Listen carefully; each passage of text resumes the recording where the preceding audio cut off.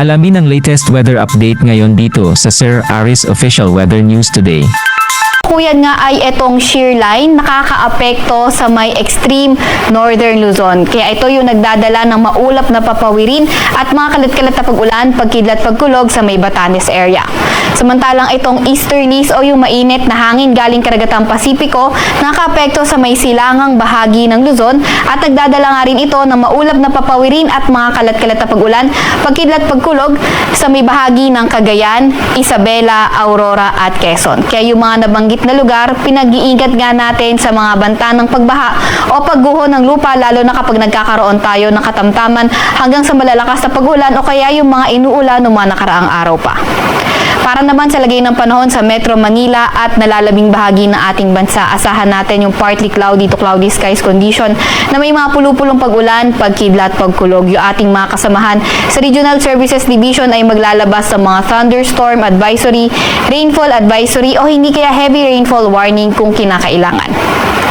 Sa kasalukuyan rin nga ay wala naman tayong namomonitor na low pressure area or bagyo sa loob or malapit sa ating Philippine Area of Responsibility.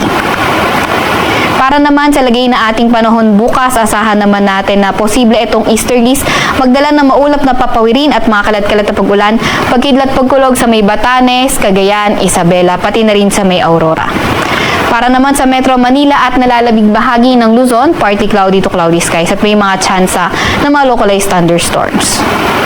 Agwat ng temperatura bukas, asahan natin sa Metro Manila, Lawag at Legazpi, 24 to 32 degrees Celsius.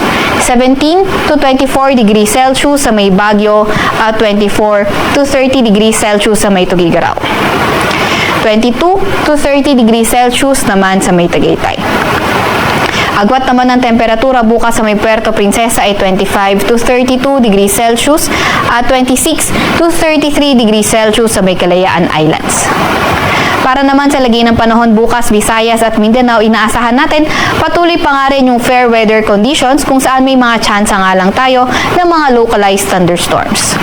Agwat ang temperatura bukas sa may Davao at Iloilo, 25 to 33 degrees Celsius. 26 to 32 degrees Celsius sa may Tacloban at 25 to 32 degrees Celsius sa may Cebu. Sa may Zamboanga naman ay 24 to 33 degrees Celsius at 24 to 32 degrees Celsius sa may Cagayan de Oro. Wala pa rin tayong nakataas na gale warning sa kahit na anong baybayin ng ating bansa.